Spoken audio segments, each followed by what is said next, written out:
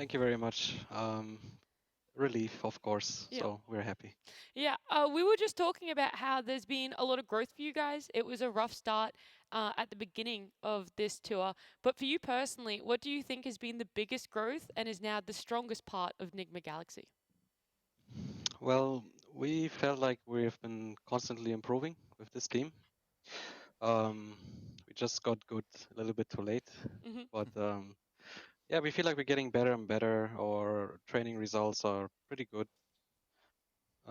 We feel confident. That's really it. Yeah. Okay. Sure. Again, congratulations on the win and staying in Division One. I was going to ask, how did you go about kind of bringing in both Immortal Faith and then Amar, and then of course your original ideas with Nigma? You picked up very kind of vocal individuals in the Dota scene. Like, how did you go about trying to morph three kind of personalities into one single team?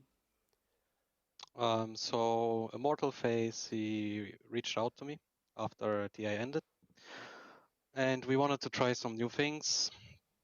We had a really good run with Roman. He's one of my best friends, Mm-hmm. but change is needed sometimes. Um, and Amar, it was like a mix. He was interested in playing for us. He had some offers from other teams, but he decided to play for us.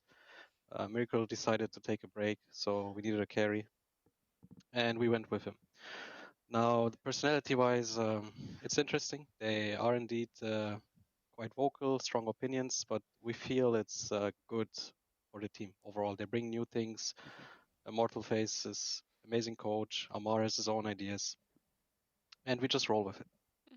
Sure. And one quick additional question: we don't see Immortal Faith in the background during drafts. Is he doing his coaching remotely? And if so, how does that kind of work with the team? Like during the breaks, you can't really go outside and stuff. Like how does it work within the team? Yeah, currently he's not with us, Mm-hmm. so he's doing it remotely. It's been working well. So yeah. Okay, cool. Uh, Hello, congratulations on your win. I wanted to ask kind of about you over time of your entire Dota career. Like, what was your motivation like back, when you sort of started, and how what made you want to play back then compared to like now? Like, how has that changed, and how have you grown and differed? Uh, I mean, obviously it changed. I mean, I've been doing this for what, 20 years or something? I remember my first competitive game, I was 11 years old. Now I'm 30. So back then, my motivation was to just be the best player individually, and I became that in Dota 1. I was the best mid laner and carry. And then afterwards, when Dota grew and I realized, oh, you can earn good money with it, it was pretty much when Valve took over. My main motivation was just to do that. I wanted to support my parents. It drove me so much. And Alhamdulillah, I got everything in my life. I won TI. I won, I don't know, 40 tournaments. I did a lot of stuff. And now the motivation is different. I mean, I don't even believe in motivation. It's a lot of hard work because by the time I won TI7, I was already tired, like really tired. I've been already doing this for such a long time. And before that, I played with Secret, and that was a bit of a tiring experience. What happened afterwards? I had to rebuild like a new team fully, become captain, which I didn't really enjoy. Yeah, I was tired. It wasn't really motivation. It was more like I have to do this. It was like a mission, and it still feels this way somewhat. And nowadays, I would say, I mean, I still love what I'm doing. I'm really grateful. I have certain people who really want to see me win. I think that drives me the most. Like some people in my life, they just love seeing me play and win. I'm doing this for them. I'm doing this for all the people working in Nigma Galaxy. We have such a good support staff here. I'm also doing this for my teammates. I mean, some of my teammates, I'm playing with them, and I'm playing with MC for what, 8 years. He's like my brother. And then I have GH, 7 years. They're my brothers. We have such a strong bond with each other. I mean, this is the maybe strongest bond team in all of esports, I believe, because we just really love playing with each other. We had good times. We had 3, 4 really good years, amazing years. The last 2 years, Result-wise, not so good. Obviously, missing TI. But other than that, our life is good. I think we always try to express gratitude and understand that our life is very good. This is just a stupid video game at the end of the day, and we're really lucky to do this. So yeah, I enjoy doing it. I have people who love watching me win, and I'm also doing this for myself, of course. There's a part of me that cares about legacy, but at the same time, none of this really matters to me. I don't know if that makes sense to you guys, but there's That bigger does. things in life, you know, and I believe in bigger things. So I just love doing what I'm doing with these guys, and very grateful. And of course, we have fans who really love to watch us win too. And there's like a lot of fans that are really waiting for a comeback. So I want to deliver, and inshallah, we'll do it. Oh my god, thank you so much. I don't have any other question that could possibly follow up how good that answer was. It was very touching. Thank you so much for sharing your thoughts. Because you're gonna have to try and follow Thank up you. though. My God. Hi, Kuro. Congrats on the win. You just answered like half of my questions, but I'll try to keep it somewhat short. So, as you said, you guys missed out on the last two TIs. Can you tell me about, of course, it's really hard to stay together, and I think it's very honorable that that happened.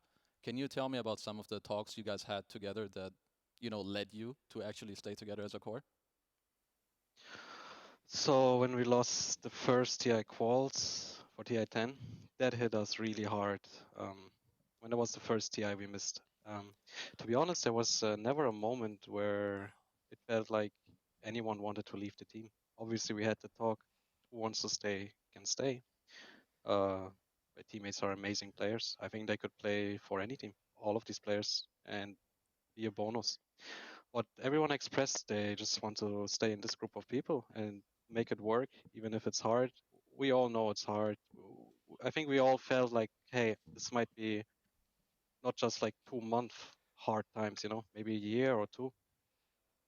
And we just stick through it, and we're trying to make it work. We we have something. It's called hope. We're very hopeful. We never despair. We really believe we can do it. It just might take some more time than we like. And at the end of the day, what's really important for us is to give it our all, and everyone is working so hard. So at the end of the day, we can always say we really tried our best. If it works, it works. If it doesn't, it doesn't. We had a great time anyway. But once again, we are hopeful, and I do believe we'll get on top again. Okay, this is the best interview, so am I allowed one more question? Yeah, of course.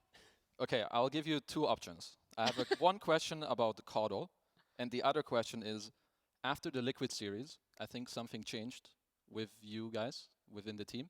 I don't know if it was draft or gameplay.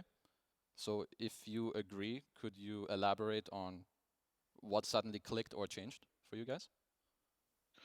I start with the Coddle question. So what was the question about the Coddle exactly? I mean, why do you guys rate it so highly? It's a hero that we have not seen in a while. Do you value it for its high tempo? Is it the sustain? Is it both? Does Sumail just say, yo, give me Coddle, I'll shit on this game?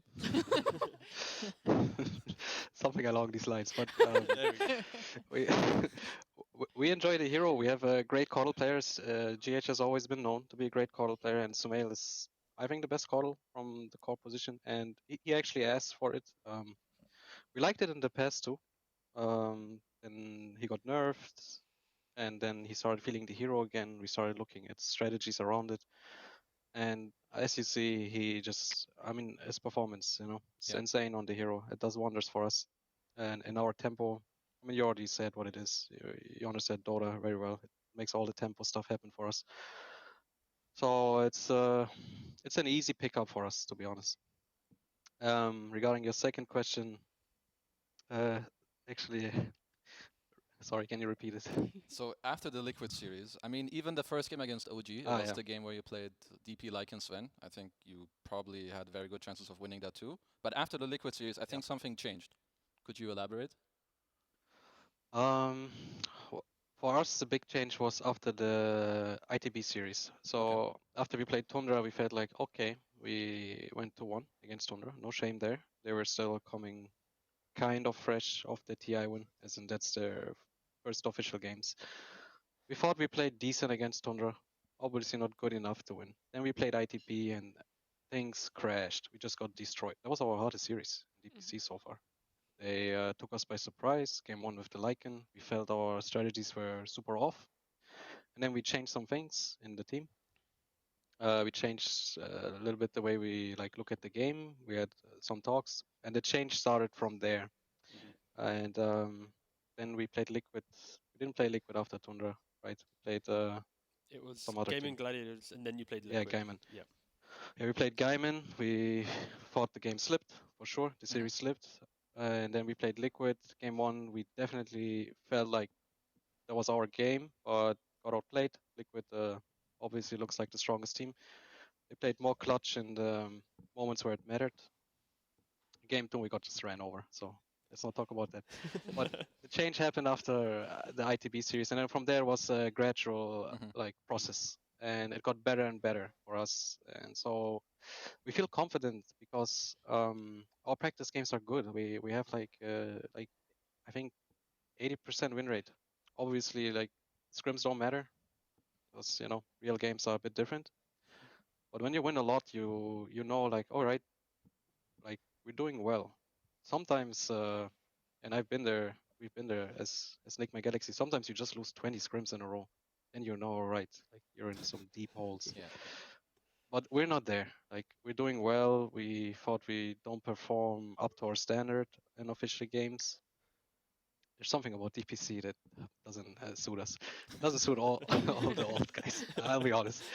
Like I maybe look at Secret. It's like I understand. They had a last year. It was hard for them too. Just Puppy smashed it with his guys in TI. But the DPC it wasn't good last year, and Yeah. this year nothing changed. And then I look at the other guys like the OG, the old OG. They didn't even make it to Div 2. Like they also like, oh wow, this is really hard for us. It's just such a different environment than we're used to. This is not our edge at all. It's I would say it's a disadvantage for let's say the old school players and a big advantage for the new school players, which is good for the scene. It brought out all these talents. So yeah, that's pretty much it. Okay. Thank you. All right. Well, I think we're all done with questions. Thank you so much for the amazing interview, the fantastic answers, and congratulations again on staying in Division 1 and picking up a win today. Thank you very much, guys. See ya. Congratulations.